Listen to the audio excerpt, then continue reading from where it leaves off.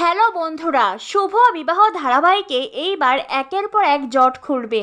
এতদিন কারণে অকারণে তেজ সবসময় সুধাকে অবিশ্বাস করেছে, তাকে সন্দেহ করেছে, অপমান করেছে। কিন্তু ছোটকার কথা শুনে তেজের মনে একটা বদল এসেছে।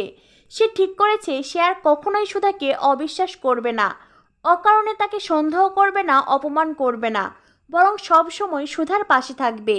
এরই মধ্যে ঠাম্মি সুধাকে একটা দায়িত্ব দেন। ঠাম্মি সুধাকে বলে, দিরাগমনে যাওয়ার পরে যারা আমার দাদু ভাইয়ের ওপর আক্রমণ করেছিল তুমি কি তাদের খুঁজে বের করতে পারবে?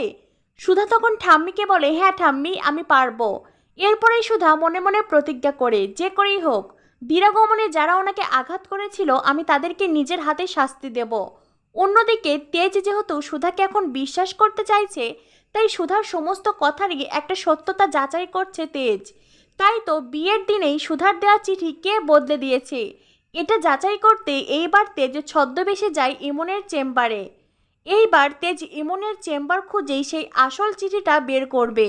আর আসল চিঠি খুঁজে পাওয়ার পরেই তেজ বুঝতে পারবে সুধা কখনোই মিথ্যেবাদী ছিল না, আর সুধা মিথ্যে বলে তেজকে ঠকাতেও চায়নি। ইতিমধ্যেই তেজের ছদ্মবেশ প্রকাশ্যে এসেছে, যা দেখে দর্শকরা তো হেসে লুটোপুটি। এর আগে কখনো কোনো নায়ককে এমন ছদ্মবেশ ধরতে দেখা যায়নি। তো বন্ধুরা, বেশ ইন্টারেস্টিং হতে চলেছে শুভ বিবাহ সিরিয়াল। পরবর্তী আপডেট পেতে আমাদের সাথেই থাকো। ধন্যবাদ সবাইকে।